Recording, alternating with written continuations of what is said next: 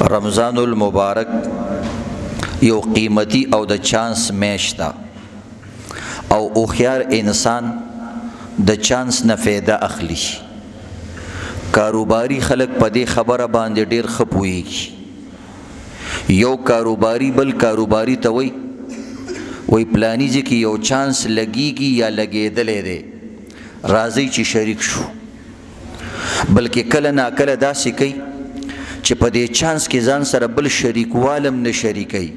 الانکه دوی شریک کار کوي. وې دا چانس خو ما په خپل منتلې ده او ما په خپل معلوم کړی دی، نو سکی د بار نه قرضدار وکي او شریک بل پارټنر سره غشي ناخلی او بارو بار هغه شی واخلی او بارو باری خرڅ کی. بیا تاسو کې مفتی صاحب شریک کاروبار کوم دا مې څنګه کړی دی، یو چانس راغلو. نو اوخیار انسان عزتمندو د چانسونو نه فایده اخلي، ځکه چانس هر وخت کې نه وي. دا کله نا کله د انسان مخې ته داسې راځي چې یو چانس راشي خلک لاټ مالی په یو ځل خرڅي، خو ټول خرڅومه که په یو ځل پیسې راکې نو دا ټولې پیسې نغدي ورکی، بس هغه ټول مال واخلي، نو بازار کې د ډېر لوی نفع وشي. قرضدارم کوي د چانس د پاره، سوال زاریم کوي د چانس د پاره، او چې کله ول خلک پیسې نه ورکي نو بیا ولا لالچم ورکي، وي طالبم پکې صدر کم. نو د قشان عزتمندو دا رمضان المبارک د مسلمانانو د پاره د الله رب العزت یو چانس جوړ کړی دی. په دې کې د الله خصوصي رحمتونه ای، لکه بعض وخت کې انسان ډیر زیات شوق کی، لکه د زوی وادي او په خپل وادي، نو په دغه وخت کې عزتمندو انسان به ډیر زیات مهرباني، نو الله رب العزت وی زما د ډیر مهرباني چې کم ټیم دی زیدر تخپل خیم اگر رمضان المبارک دی. دنیا کې خلک چاله چانسونه نه ورکي، ډیر چانس په خپل وای، او الله رب العزت من او تاسو ته د چانس والا، د مهلت والا، د انعام او د اکرام والا، د پاس کېدو والا هغه میاشم خودلې ده او آسان کار دی په کال کې یو ځل دی. نو د دې وجې عزتمندو د دې چانس نه فایده اغستل او خيار انسان علي. او قمقل انسان سوی زمونه ګورو به زندگی د بیا براشي بیا چالي دلې ده. نو څنګه چې موږ دنیاوی چانس د پاره قرضدار خواري زاری هر څه منډه تر لوو، د قشان عزتمندو نبی علیہ السلام با پر رمضان المبارک کې پرتغاخ کلک کو ملا به مضبوطه کړه، شد میزره او مضبوط بشو، او عائشہ ته ویلې ګولې رمضان دی او بس صرف عبادت وکاو. نو د دې وجې نه عزتمندو د دې چانس نه فایده اغستلو مختلف طریقې دي. یو دا د عزتمندو چې عبادت پکې زیاتو شي، دا یو طریقه ده. دویمه طریقه دا د عزتمندو چې کوم ګناهونه دي دا غینه اجتناب وشي. که یو انسان زویم په دې زمانه کې نیکیان ډېری نه کوي، زخیر نه دی کوي، خو چې د ګناهونو نه ځان بچ کی، ځکه ګناهونه کله نا کله بعض ګناهونه داسې دي بعضې نیکۍ نه ځان سره سوځي. نو د دې وجې نه عزتمندو وایي ستا د خو نه مې توبه ده، خو دا سپي دې رانه کورې کا، که ښه راسره کې وکړه که نه کې مه کوه، خو نقصان خو مه راکوه. نو د دې وجې نه عزتمندو بعضې غټ غټ ګناهونه دي لکه ظلم، حسد، کینه، بغض، تکبر او دغه رنګ ظلم. د دې سيزونو عزتمندو غټي نشي، چرس پاوډر، د دې غټو د دې سيزونو نه ځان ساتل پر رمضان المبارک کې دا الله ته ځان نزدېکت دی. کله چې انسان ګناه وکي فرشتي تې لري تختی، نو الله رب العزت خو ډیر نفیس ذات دی چې یو مخلوق فرشته تا سره ټیم نشي تیرولی، نو الله رب العزت به تا سره څنګه ټیم تیر کړي. څومره چې انسان پاک زیته ځي نو ځان ډیر پاکي، وړې جلسې له لږ ځان پاکي، خو چې غټه جلسې ډیر ځان باندې ګوتې وي. تقشان عزتمندو د الله ذات هم ډیر لوی دی. الله رب العزت وی خذو زینتکم عند کل مسجد، زما جمعه ته چې راځي نورم ځان ښایسته کوه. ان الله جمیل یحب الجمال، الله خپل هم ښایسته دی، ښایسته خلک یې خوښ دي. ښایسته څه ته وایي؟ پاک سیز دی ته وایي چې مثلا د پاکی ډیکوریشن او تزیین هم شوی خو چې ګندم پی نه. په خیرن بدن باندې خلک عطر نه لګي، په خیرن بدن باندې خلک میک اپ نه کوي، پهله ول د مخ وینځي بیا غیله پس میک اپ کوي ناویلا. نو دغه شان ګناهونو سره به پهله ته ځان پاک کی، توبه به وباسي او سټاپ به ولګي، د هغې نه پس به بیا چې ته عبادات کې روژه نیسي او دغه رنګ عزتمندو تراویح کې، نو بس بیا به ته ورو ورو ښایسته کېږي. خو که ګناهونه کې د دې مثال داسې دی لکه په خیرنه کپړه باندې چې استري وي نو نیغه خوشي، خو خلک ویل لکه دا خو د لوی قمقل دی، استریم ضایع کړله او کمړه هم پاکه نه ده. نو دا څه شی شو؟ داسې پورې نور هم خلک ډېر خاندي چې په خیرنه کپړه سړی استري وي، نور هم ورپورې خلک خاندي. په خیرن مخ چې خلک عطر لګوي، پوډر لګوي، خلک ورپورې خاندي، وایي دې مشاهدې ته دي وګوره، وایي پوډر دې ضایع کړه. نو دغه شان عزتمندو بعض ګناهونه دي د هغې نه. موږ کې عزتمندو فرق دا دی چې موږ او تاسو کوشش کوو چې په دې رمضان کې نیکۍ ډېرو، خو د ګناهونو کمې نه راولو. چې کوم انسان مخکې سرګرد څکل اوس یې مسکي، کوم انسان مخکې نسوار کول اوس هم نسوار کوي، کوم انسان مخکې کنځلې کولې روژه کې د هغې نه هم زیاتې شوې، دماغ مې کار نه کوي، نږدې را نه شي. په کار خو دا نه چې دې کې دماغ ډېر کار کولی، ځکه ته صفا کېږي. صفا شی ښه کار کوي که بد کار کوي؟ صفا شی ښه کار کوي. نو ته خو صفا شوی نه، نور هم خیرن شوی. دا ګورې سوچ خبرې دي عزتمندو.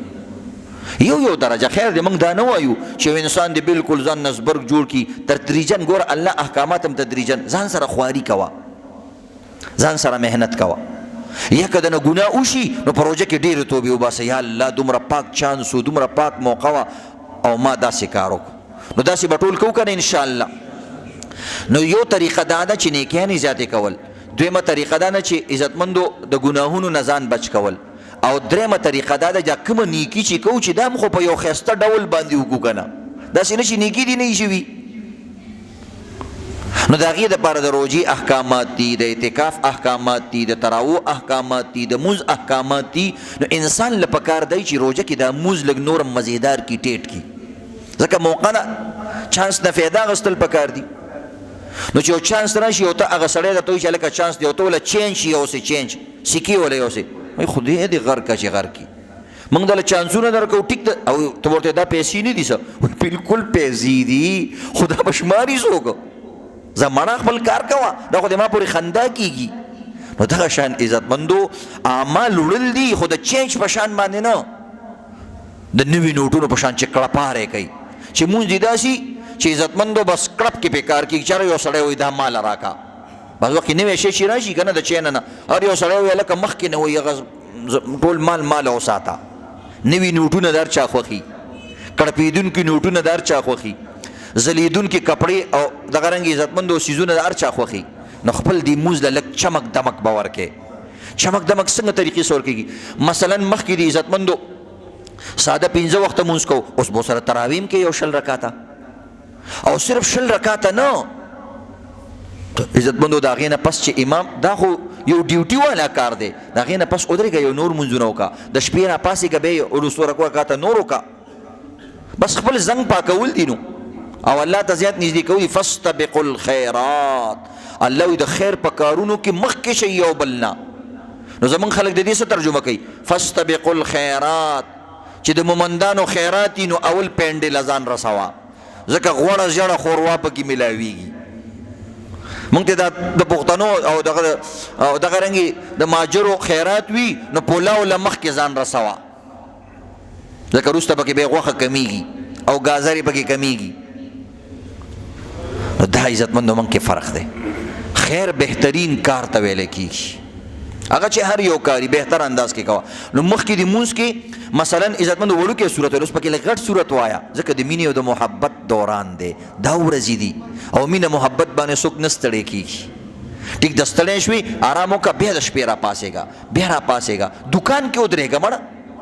دا دکانونه ستاسو نه دي چې کم ټایم کې ګاهک نشته دی، همدغه میز د پاسه نه دی، میز د پاسه ودرېږه. که ګاهک راشي هغه به هم ګوري چې ګوره دا دومره مصروف بازار کې دی او دا په دې بازار کې مونځ کوي.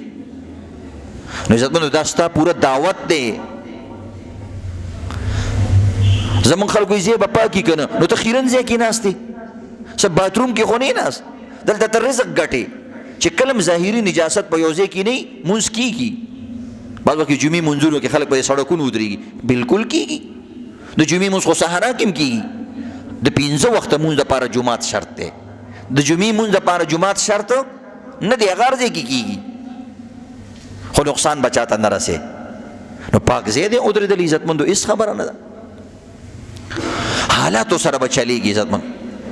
کله ناکله سپلو کې مونځ کېږي، کله ناکله د ځینې جومات کې راغلي حدیث کې راغلي چې نبي علیه السلام په سپلو کې مونځ کوو او بس قالین باندې رادننه شي. نو الله نبي علیه السلام بد اخلاقي منع کړې ده، صفایي سوترایي د الله خوښه ده. نو ته اوس د جومات قالین ګنده کې خپل کوي، صحرا کې روانې سخت دی، منډه ده، ترله ده، ایسارېدی نه شي. نو هغه صحرا کې دا بوټان نورم صفا شي، هغه شګو سره او خاورو سره نورم صفا شي، هېڅ خبره نه ده. حالاتو سره به چلېږي، ته پوره دین وایي. اوبه نشته تیمم به کې، طریقې دي د شریعت. نو ښایسته اعمال الله ته پیش کول، مزین اعمال دا عزتمندو بهتره دي. هر سړی غواړي چې ملګري له ښایسته تحفه ورکړم. موږ له پکاري چې الله له ښایسته تحفه ورکړو. مونځ کې به ډېر ذات نه ګرې، ډېر به تاویږې را تاویږې نه، او دې طریقې سره عزتمندو چې کوم دی دغه اعمال وکړو. یو څو مسلې دي عزتمندو، دا درته بیانوم، د عوامو دې کې تشویش دی، ځکه چې روژه هم خرابه نه شي. ماشاءالله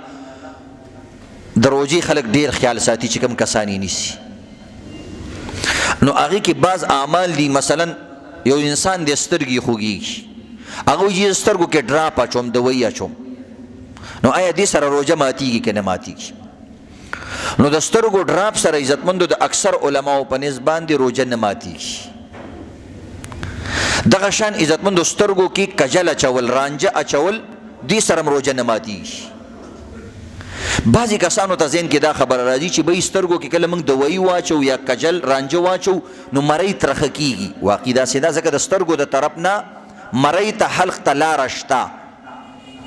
سورنګ ورته جوړ دی. نو عزتمندو صرف حلق ته دوایي رسېدلو سره روژه نه ماتیږي، حلق نه چې لاندې لاړ شي بیا ماتیږي. او دویم نمبر دا شریعت دا ویلی دی چې کوم د خوراک څښاک لارې وي، معتاد لارې، عادتي لارې، عموما چې انسان خوراک سب په کومه لار کوي، نو هغه د پوزې لار ده، بیمار له خلک په دې خوراک ورکوي. د خولې لار خو ده، او کله ناکله لاندې لار ده، په هغې باندې کله ناکله انسان ته خوراکونه او څیزونه، مختلف څیزونه معدې ته پاس کېږي. نو دغه ځایونو سره به خیال ساتي، دغه سوړو سره. او دغه رنګې نور غیر معتاد لارې سره چې بعض څیز لاړ شي، لکه انجکشن سړي وکړه، له دننه بدن ته لاړه، بغیر ضرورت نه بیا نه کې. خو اوس عزتمندو د شوګر بیمار دی او روژه هم نیسي، ډېر الله ماشاءالله ویل ډن، بیمار هم دی او روژه نیسي. شوګر ستن په دې دغه کې وکړي، خیر دی. ضرور نسواري دی چېرته دغه روژه کې بېهوشه شو او بس لاړې اسپتال کې ورته ډریپ وخېجو، نو بس خیر دی. بس کې نسواري سړی دی، وروره ښځې ته دماغ کار نه کوي او دا روژې ونیوله، ډېر الله ماشاءالله، نو بس خیر دی، موږ روژې نه ماتېږي. دومره قرباني ورکړې ده، ځکه د نسواري ته د روټۍ قرباني ورکول دومره غټه خبره نه ده که د نسوارو قرباني ورکول. نو کجلو سره او د سترګو ډراپ سره اگر چې حلق تم لاړې شي، دې سره روژه نه ماتېږي. ځکه روایتو کې راځي نبي علیه السلام نه تپوس شو، افاکتحل وانا صائم، جی زه رانجه لګولی شم چې روژه دار یم؟ نبي علیه السلام ورته قال نعم، ویل او لګولی شي.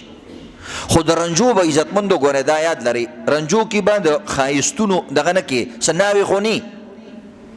بعضې سړی پوره ځان نه ناوې یو د جنکو په شان باندې وله لکۍ جوړی. د سړو دپاره داسې ښایست دی، امام مالک رحمت الله علیه وایي که د سړو دپاره رانجه لګول مکروه دي، څه ناوې خو نه ده چې اوس دا بار ګرځي، دا د لا بله لانجه. خو د پیغمبر نه بعض روایتو کې ثابت دي، نو انسان رانجه لګولی شي، خو د سنت طریقې په نیت باندې، د سترګو د دوایي په نیت باندې. او که چا ولګوله روژې ورسره نه ماتېږي، ډراپونو سره روژه نه ماتېږي. نو څومره ډراپ هم چې څو پیرې د ورځې اچوي انسان دوایي په تور باندې، او یا د ګلاب اوبو اچوي سترګو کې، ځکه د سترګو بیماریانو بعضې علاقه کې راوتې وي، نو هغې د وجې نه بیا انسان وایي چې روژه مې ماته نه شي، نو روژه دې سره نه ماتېږي. دویم نمبر څیز عزتمندو په پوزه کې دوایي اچول. نو ما تاسو ته پوزه د خوراک لاره ده، ځکه ټولو بیمارانو له په پوزه باندې تاسو لیکي ډراپونه او مختلف خوراکونه ورته خلک خېجي نو پوزې سره به گزاره کې کبل بعضی کسانو پوزه بندوي زکام وي انهیلر کوي ادوي کوي ډراپونه اچي نو کله پوزې د دې نرم اډو کې نه لاندې شی استعمالي خیر دی د بیماری د پاره بعضی کسان غوړه ګوته د تیلو پکې وي د سپېګمې پوزې اوچی شوي وي نو ډېر زیات دغه خارخ شان کوي او خوږیږي شان نو چې غوړې کې لږ تر تازه شي خو داسې دوایي به پکې نه اچي چې لیکویډ دوایي وي او لاندې طرف ته لاړ شي ځکه د پوزې د نیمې نه د حصې نه چې هډوکي نه چې بره شي دلته لاندې لاره ده کوسه تلې ده نو په دغه کوسه به نه ورځي نو داسې چې مثلا دوایي اچوي نو پوزه به داسې نه کوي او دوایي نه دي اچول پکار بعضې کسان انهیلر کوي هغه انهیلر هغه داسې پرش شانو کی او هوایي په هغې کې او په هغه هوا کې ګیس هم وي او هغې کې اوبه مي نو هغه چې وکړي او تیز دې وکړلو نو لاندې دې اوبه لاړه روژه دې ماته شوه اوس څه کول پکار دي بعض عالمان وایي دغه دوایي به نه لګې د ډاکټر نه تپوس وکړه داسې دوایي چې بره په دې پوزه باندې ولګې لکه ویکس باز ولګې انسان په دې پوزه باندې بس پوزه یې کولاو شي هغې سره نو خارجي دوایي میلاویږي په پوزه باندې د پاسه لګوئ یا غوړه ګوته پکې خیر دی والی شي خو داسې نه چې پوره بوتل پکې ور واړی او بیا لاندې لاړ شي نو بیا به د روژه ماتېږي نو دې مسلو سره به خیال ساتي دریم عزتمندو لاره غوږ کې دوایي اوبو وغیره اچولو سره یا تیل اچولو سره روژه ماتېږي که نه نو بعض عالمان خو وایي چې غوږ نه هم لاره شته نو او د غوږ دوایي دماغ ته اثر رسوي او بعض وایي چې حلق ته او دې ته اثر رسوي چې سورې پکې نو دې وجې نه اکثر علما ویلي دي چې په غوږ کې عزتمندو خصوصا دوایي اچولو سره روژه ماتېږي خو بعض عالمان د دې تشریح کوي چې نه د غوږ کې چې کم دی لاره نشته ځکه غوږ کې مخکې چې لاړ شي پرده لګېدلې ده نو چې پرده لګېدلې ده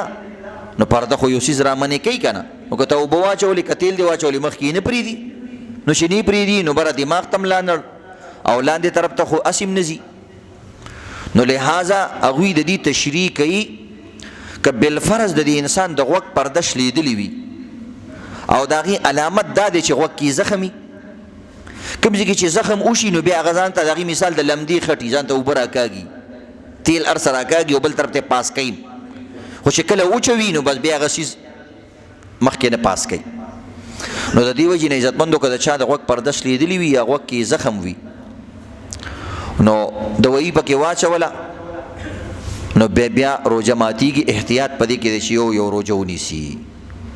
او که چاته پته وي چې نه لاندې نه ده تلې یا غوږ پرده مې نه ده شلیدلې ما ټیسټ کړی دی نو ګنجایش په دې کې هم شته چې غوږ کې دی اوبه لاړې یا تیل لاړ یا دوایي لاړه نو بس روژه دې نه ماتېږي نو ګنجایش پکې شته غوږ کې غوږ داسې مختلف فی مسله ده نو دا د غوږ مسله شوه عزتمندو بله مسله د عزتمندو په نسوارو باندې په سرګټو باندې روژه ماتېږي که نه ماتېږي نو مختصر خبره دا ده چې په نسوارو په سرګټو باندې روژه ماتېږي فقهاو لیکلي دي د دین ماهرینو کسانو چې قرآن او حدیث باندې کم پوهیږي هغوی هر هغه شی استعمالول چې هغې باندې مړښ راځي یا علاج راځي یا جسم ته پې تسکین میلاویږي مزه او خوند میلاویږي لکه نشه نو په دې څیزونو باندې روژه ماتېږي چې انسان وکړي اوس یې ټیشو پیپر کېږدي او که کاغذ کېږدي او کار څه کېږدي عام کاغذ کې چې کېږدي پلاسټک کې کېږدي بیا خو اثر نه کوي نو او عزتمندو ټیشو پیپر کې چې کېږدي خو کمزوری کاغذ وي هغې نه خو خوند ځي چې خوند لاړ نه شي نو بیا خو نشه نشته نو بعضې کسان غریبانان دومره مجبوري عزتمندو د یو څیز هم ځان مادت کوي ګوره دا یاد لرئ د خوراک کې هم د یو څیز ځان مادت کوي انګریزان د نشې ترجمه کوي او ډیفینیشن یې کوي تعریف یې کوي چې نشه څه ته وایي وایي هر هغه شی چې د هغې ته عادت شوې دا نشه ده او چې هغه تا ته نه میلاویږي او ته پریشانه کېږي بس دا هم نشه ده وایي دا د انګریزانو خبرې ځکه زموږ انګریزانو خبرې ډېر خلکو ذهن کې راځي نو که د تور چیو د ځان عادت کو وایي دا هم د نشه کې ځان استعمال نو د یو څیز هم ځان ماتوي زموږ دا مومندان خلک شو یا دا افغانیان خلک شو دوی د کاوي عادت دي نو چې امریکې ته هم لاړ شي چې قهوه به نه وي خدای دې غرق امریکې ته راغلی دلته هم ته دا قهوه پسې ګرځي او پورا که بالفرض مومندي ته افغاني ته دې صرف یو پیالی کېغوسته نو دا دې د هغه توهین وکړو دا ته څه کې چیبر راوړه چینک راوړه پورا موږ خپل هم د عادت دی موږ چې حج عمرې له ځو ځان سره قهوه دلته نه وړو اوس دا څومره بد عادت دی او چې ویسکي یقینا سړي ته بالکل سکون میلاویږي دا خبره هم پکې صحیح ده خو دا دې وجې نه ده چې دا قهوه څه د دنیا دومره قیمتي څیز دی چې تا ته ده دا تا د دې ځان عادت کړی دی لکه د اوبو چې موږ عادت یو خو زه اوبه خو ښه عادت دی جسم له فایده ورکوي نو نسوارو خبره دی عزتمندو نو نسوار بعضې خلک عادتي نو یو کس ماته وی خیر دی جی زه به کاڼی په دغه کې تاومه په ټیشو پیپر کې دا بګدمه زه اوس کېده نو اوس کاڼی چې ږدي زه خیر دی کاڼی دې تېر نه شي چې ته نسوار نه چې وینه خورې او چې بیا د وروره سورنګ بند دي او بیا د پسې غټ ګاډی راولي چې رابار کا چې وروره شګه ترې رابار کا شګه نغتې ده نو د دې وجې نه دومره د یو څیز ځان نه دي عادت کول پکار نسوار نشه ده خو نشو کې کمه نشه ده عرب علماء کرام خو بالکل دې ته د چرس پوډرو په نظر ګوري او تاسو لاړ شئ عربو کې وګورئ په چرس پوډرو باندې سرګټ باندې دومره پابندي نشته څومره چې په نسوارو ده دا څه شی دی وایي د خدای بندګانو هغوی ورته داسې ګوري لکه د انسان پاخانه خو یو لاندې لار باندې ځي دا باندې لار باندې را روانه ده لار یې صرف جدا ده نور خو یو شی دی ګند دی خو څه لاندې ځي زه باندې نو د دې څیزونو ځان ما عادت کوئ عزتمندو اوس ته پښتنو باندې الله رحم وکړي عربیان یې ځان سره عادت کړي دي عربیان داسې کاپر نسوار کوي که نه چې حیران بشي ځکه د دوی خو اوس نه کېږي دوی خو د کوسوم اوس ولا هغوی ډېر اعلی نسوار کوي چې پوڼۍ کولا وکړي بعضې پکې لامدۍ زاربي سره ناست ما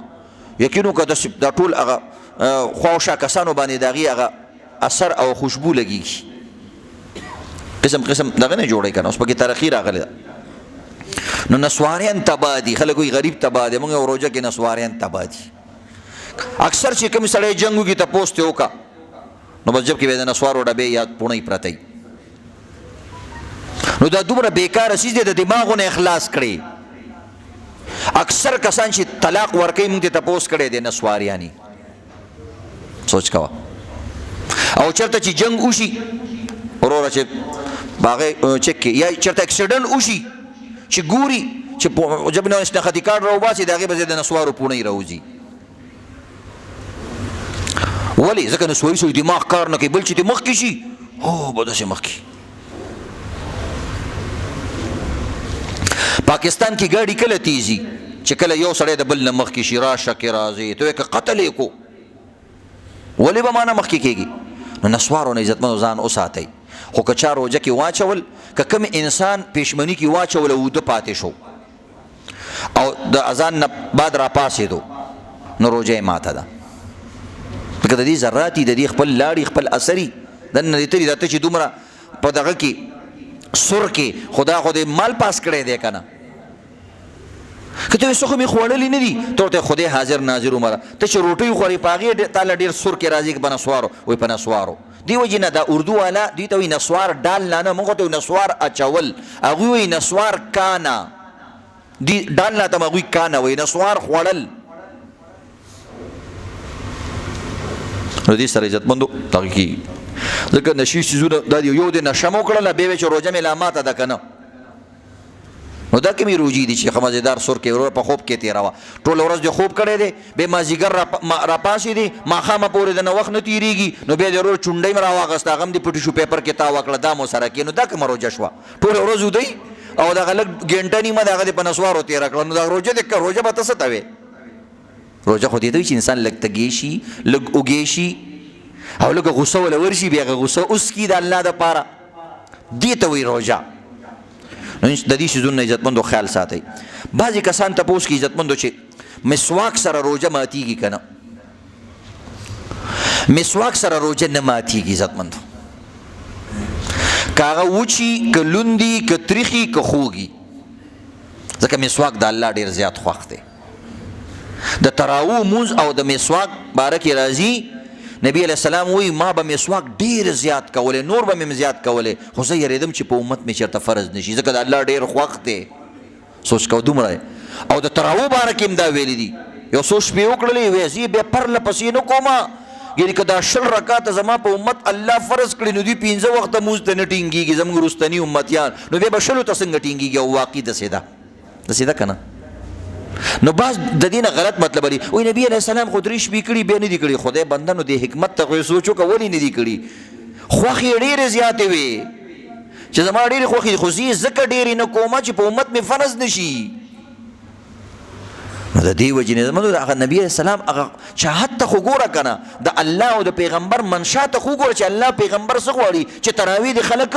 وکړي. خو زه ځکه نه کوم فرض نه شي، ځکه الله وایي زما د پیغمبر ډېر مین دی، بس په دې امت یې موله فرض کا. او امت خو ټیزنان دي، هغوی خو نشي ټینګېدی دې ته. نو زمونږ او ستاسو کمزورۍ خیر شو او ته په رښتیا وایې بس مړه خیر دی که دا تراویح مې ونه کړې، نو د نبي علیه السلام په خبره دې دستخط وکړو چې واقعي زه ټیزن یم، زه یې نشم کولی.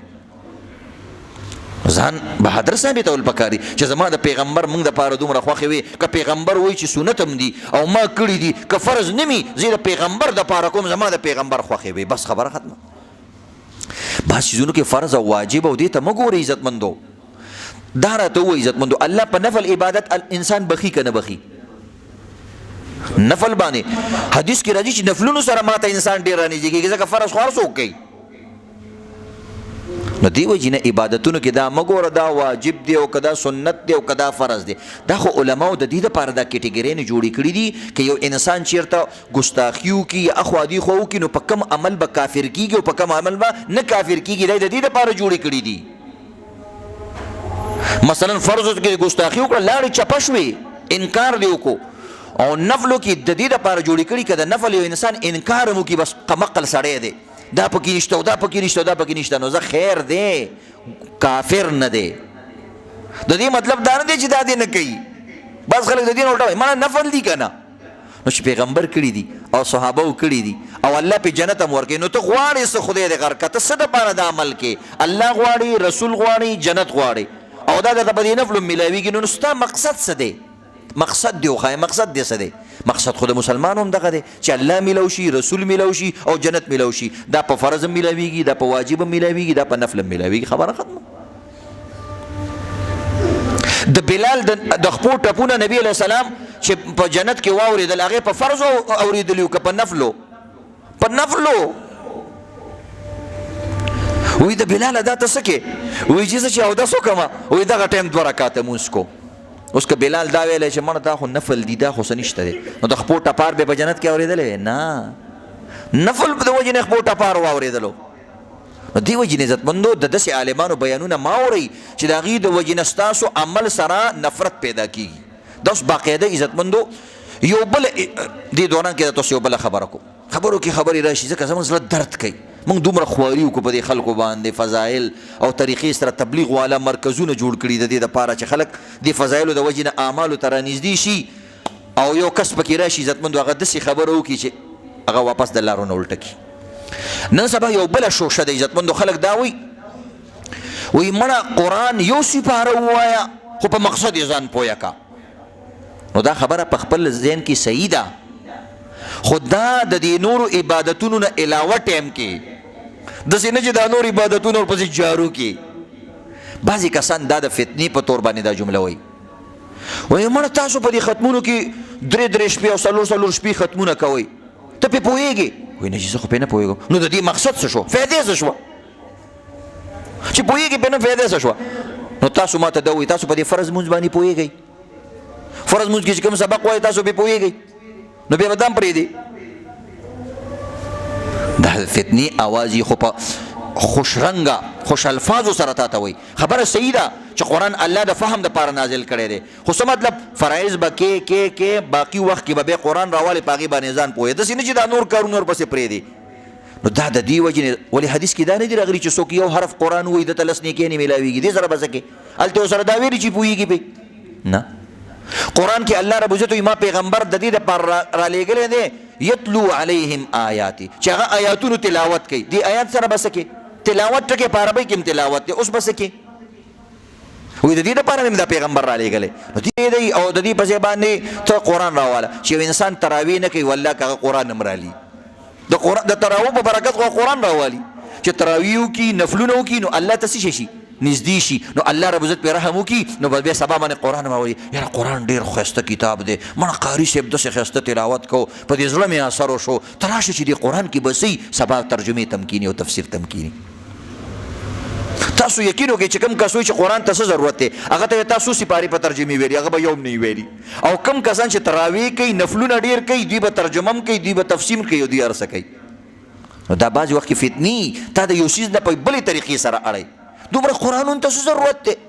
نه تفسیر وایا قرآن وایا تراویح کې وایا نفلو کې وایا زمونږ دې سره کار نشته دی الله پې خوشحالېږي د الله کتاب دی او امام احمد صاحب وایي ما الله خوب کې ولیدلو اهل سنت والجماعت عقیده ده چې الله خوب کې لیدلی شي څلور واړو امامانو دې کې شک نشته وایي ما ورته تپوس وکړو چې یا الله په څه ډېر خوشحالېږي وایي په قرآن وایي ما ورته ویلې چې د امینه که د مولا نه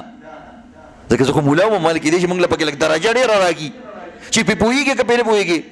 یفهم او لا یفهم یعرف او لا یعرف که پې پوهېږي او که پې نه پوهېږي خو چې زما قرآن سره تعلق لري به زه ترې خوشحالېږم خبره ختم د حافظ قرآن به چې لس کسان بوزي نو دا خو به صرف تلاوت کړی که نه حافظان خو په ترجمو په تفسیرونو نه پوهېږي نو د دې وجې نه عزتمندو دې هتکنډو کې د چا مه راځئ نو یو دا خبره شوه بله خبره عزتمندو مسله عطرو سره روجه ماتیږي که نه یا پرفیوم سره نو دې سره روجه نه ماتیږي صرف هغه عطرونه هغه خوشبویات به نه استعمالوي چې هغه لوګی کوي او دغه رنګې پوزه کې بیا نه کوي چې پرفیوم دې راغوستی دننه پوزه کې هم کوي ځکه بعضې پرفیوم یې هغې کې بیا اوبئ نو دې وجې نه سینټ په خپلو دې ترخونو کې وکړه بویونه دنه خیږي او دغه رنګې عزتمندو خانګو مانګو کې اخوا دې خوا دې ځایونو کې کوه عربیان چې کله هغه ولګوي نو دغه ورته اوچت کړي دا سامان بره پې داسې ودرېږي به د هر چا خپلې طریقې نو دې سره روجه نه ماتېږي عزتمندو استعمال یې څنګه دی استعمال هم جایز دی پرفیوم کې چې دا استعمالېږي دا استعمالېږي بس د هغې شکل و صورت هم بدل شوی حقیقت هم بدل شوی او کوم څیزونه چې پکې استعمالېږي هغه نه دي چې هغه نور دي نو بس اسانه خبره ده بله عزتمندو یو معاشرتي مسله ورته اخري بیانوم دا خو عبادتي مسلې شوي زمونږ او ستاسو د پښتنو عزتمندو ډېرې روجې بد اخلاقۍ سره تباه کېږي ظلم حسد کینه بغض دې سره خرابېږي داسې نه خرابېږي نو روجه دې شوې ده یو عالم چېرته ویلي چې انټرنېټ ګورې روجه دې نه کېږي نو خلکو ته الټه مطلب اخیستی ویو ګوره وایي دا چې په انټرنېټ هم روجه ماتېږي روحاني روجه چې اصل کوم روجه روح ته وایي هغه په دې خرابېږي که نه نو هغه ځان له خبرې دي عزتمندو بد اخلاقي بغض کینه دا زیات شوي دي خبرې نه کوي خپل خپلوان یو بل سره خپلولي ګورې یو بل سره مه پرېږدئ ولې ځکه خپلولي الله ته ډېره زیاته ګرانه ده ته خپلو کې تعلق ساتي که نه الله خوشحالېږي د دې مثال څنګه دی لکه ستا بچي چې یو بل سره دعا سلام ساتي او یو بل مدد کوي نو پلار یې خوشحالېږي که خفه کېږي خوشحالېږي زما بچو کې ډېره مینه ده دا وګوره کشر د مشر خیال ساتي مشر د کله او چې کله بچو کې عزتمندو یو بل کې اختلافات دي پلار هم ورته خیرې کوي خدای پاکه داسې بچي به دې راله نه راکولی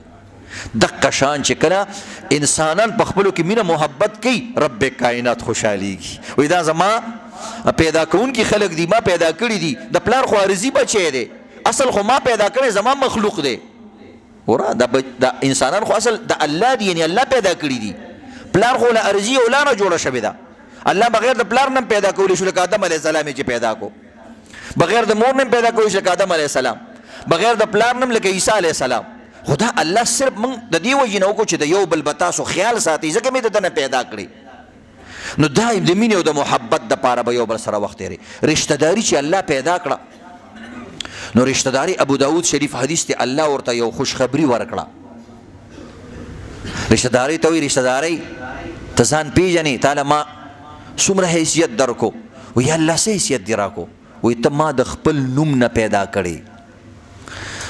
ما د خپل نوم نه تا له نوم کې غوستی الله د خپل نوم نه رشته دارۍ له نوم کې غوستی دی نیم څنګه د الله رحمان او رحیم نوم دی ریحیم هغې کې راځي او رشته دارۍ له الله رحیم نوم کې غوستو په الله باندې دا رشته داري عزتمندو دومره زیاته ګرانه ده. نو دا حدیث کې راځي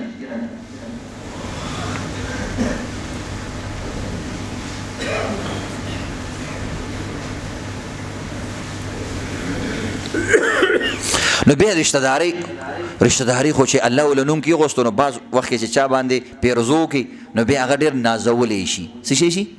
نازولی شي کنه بیا پلار ته مال دا وکا نو رشته داري ورته وایي چې یا الله چې تاسو دومره بهترینه پیدا کړم چې د خپل نوم نه دی راله نوم کې غوستو نو که اوس زما څوک خیال نه ساتي نو بیا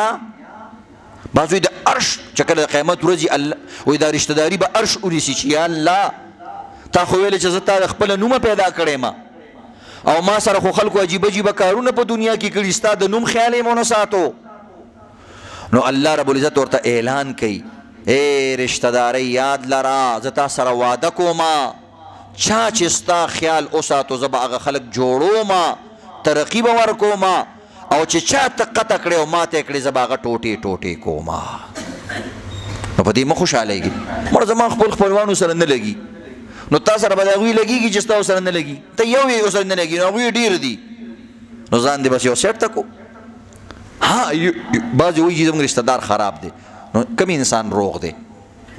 خو تا ته خپله ګناه د ولو منځ دی نه ښکاري او د بل ګناه درته ښکاري نو ګزاره ها چې کم انسان بدکاره وي بدکاره په رشته داریانو کې هغه نه بیا ډډه کولی شي. صحیح شو بدکاري ده د ښځو بدکاري ده پکې هلکانو بدکاري ده پکې ستا د کور ماحول خرابوي هغه ته وروره بیټک ته راځه سلام علیکم بالکل کور ته من نه باسي رشته دار داسې چې هغه د ورور دی که وراره دی که د خور زوی دی داسې سره تعلق مه ساتئ. ها مړی ژوندی به ورسره نه پرېږدي سلام دعا به ورسره دا الیک سلیک به ورسره ساتي خو نور ډېر ډیپ تعلقات او کلوز تعلقات چې ورته وایي او ډېر فری تعلقات دا داسې خلکو دا خپل دی او که پردی دی بس وروره چې وران دی غل دی درته. اکثر یاران دوستان او خپلوان خلک ستا د کور حیا اخلي پردی سړی خو نشي دننه نږدې کنه نو خپل د کور پردی عزتمندو چا سره هم کمپرومایز مه کوئ. اوس خو پکې نوي طریقې راوتي دا زما دیني رور دی نو دیني رور خو ستا فرعون هم دیني رور دی هغه هم د آدم علیه السلام زوی دی فرعون د آدم علیه السلام زوی نه دی او تم د آدم علیه السلام زوی داسې خو دا ټول ابو جهل او دا ټول چې ورپسې راوالي دا ټول د آدم علیه السلام بچي دي. نو په ارام کښېنه ځان له دوکې مه ورکوه. یو درته عزتمندو دې باندې ما لږ نور بیان هم کول پکارو خو بیا دویم نمبر دا عزتمندو د خولې خیال ساتو خولې نه ډېرې بدیانې جوړېږي. یو خبره ته ګپ کې وکړې او د بل زړه پې مات شي یو خبره عزتمندو ته هسې د ټوکو نه وکړې او د بل زړه پې مات شي. عربیان وایي جراحات السنان لها التیام ولا یلتام ما جرح اللسان. د پښتو شاعر په شعر کې ترجمه کوي وایي زخم د تلوار خوي چې جوړیږي په مرهم زخم د تلوار خوي چې جوړیږي په مرهم زخم د جبی بدوی چې وی عمر پورے سم انسان بلا سکتا ہے ہر درد کو لیکن جو دل پہ لگے اس کو بلانا نہیں آتا. د زړه زخمونه د چا نه یریږي او دا نه ښه کېږي. او هنکے شاعر وہی مسجد ڈاوے مندر ڈاوے ڈاوے جو کچھ ڈیندا پر کسی دا دل نہ داوے رب دلاوے چرندا. وی که جمعه تو غرزیدو وی نوی جوړ که کنه صحیح نه غورځېږي را غورځېږي کنه بل ځای مات شو سړک مات شو کوڅه ماته شوه بیا یې جوړه کوي د سره یې جوړه کوي خو د انسان زړه مه ماتوه ځکه دا د الله کور دی وی دا داسې دی لکه د الله کور چې دی وران کو. نو د انسانانو د یو بل به خیال ساتو کنه انشاءالله الله دې موږ ته معافي وکړي. روزانه سوچ کوئ خیر دی انسان دی نسواري دماغ دی کله نه کله سړي نه دماغ وشي زیاته خبره وشي فوراً بل ته میسج کوه ایم سوري خفه نشي وروره که ته وایې زه به تا ته کور له درشمه ما معاف کړي. ټیک ده انسان غلطي د انسانانو او انسان د غلطۍ پتیله ده او اردو والا خو پتله ہے موږ ترجمه کوو پوره پتیله پوره دیګ دی نو دا خو د دې پوره دیګ دی نو کیږي ته انشاءالله خو صحیح انسان هغه دی چې معافي وغواړي بس په دنیا کې خپله قصه ختمه که آخرت ته مه پرېږده که آخرت کې یو ځل روچت کړې نو نبی علیه السلام عایشې ته وایي ای عایشې چې د قیامت په ورځ چا سره حساب شروع شو بس دا غرق شو. د الله نه حساب یسیر غواړه، آسان حساب غواړه. عایشه ورته آسان حساب څه ته وایي؟ وایي آسان حساب دې ته وایي چې صرف عملنامه درته راکولاو کې هلکه دا ستا ده، ته ورته جي و زما ده، هغه درته وایي زه بس والاو جنت ته ځه. که درته چې دا دا دا دا دا بس بیا دې قیصه خرابه ده. نو یو بل ته معافیه نه کوو که نه انشاءالله. دلته ګوره بعضې دوکانداران دي یو بل سره په وړو وړو خبره نه لګي. ولې لکه خدای بندګانو کم از کم د دې روجي چانس د خپل ځان د مغفرت دپاره ورته خوله ورته چینګه کا څنګه یې ښه ټیک ټاک چې په دې چینګه خوله دې خو دې وبخي د ځان دپاره یو که د هغه دپاره مه چې تا معافي وکړه الله تا بخي. که هغه درته نه کوي هغه بغض کوي هغه به الله نیسي. که ته وایې چې هغه خو اوس هم داسې دی هغه د خدای غر کیسې کې ته خو بې خوشحالېږې که نه چې خدای غر کي بس خدای ښه غر کړی ته خوشحاله شه. چې خدای یو سړی غر کړو ته خوشحالېدل پکار دي دشمن دي خو ته خو ځان بچ که که نه. ته ولې په زړه کې بغض ساتې؟ ته ولې معافي نه کې؟ نو معافي به کوو که نه انشاءالله. ما ته د چا زړه کې راغلي زه کله ناکله لطیفې مطیفې کوم تاسو تاسو پورې خاندم نه خو تاسو عادت شوي د دې خبرې چې مسالېدار بیان نه څوک یې نه اوري نو دا ورته تړکه مړکه لګو. یعنې الله حاضر دی یو کس موږ تاسو کې د ځان نه کم نه ګڼو. کیدای شي کې تاسو کې داسې امیان وي چې د هغوی بیړه به پار شي او موږ عالمان به ونخلو ځکه زموږ حساب ډېر غټ دی. نو الله حاضر دی موږ د خندا دپاره یو خبره دې نه کوو چې تاسو عوامو کې چا پورې خاندو. هغه د دې دپاره کوو چې دا خبره لږ عزتمندو د خندا خوشحالۍ سره ستا په دې دماغو کې ښه کیني ځکه انسان عادت دی دې طریقې سره. نور پکې دا ما ته معافي کوئ او زما د طرف نه ټول معاف دي.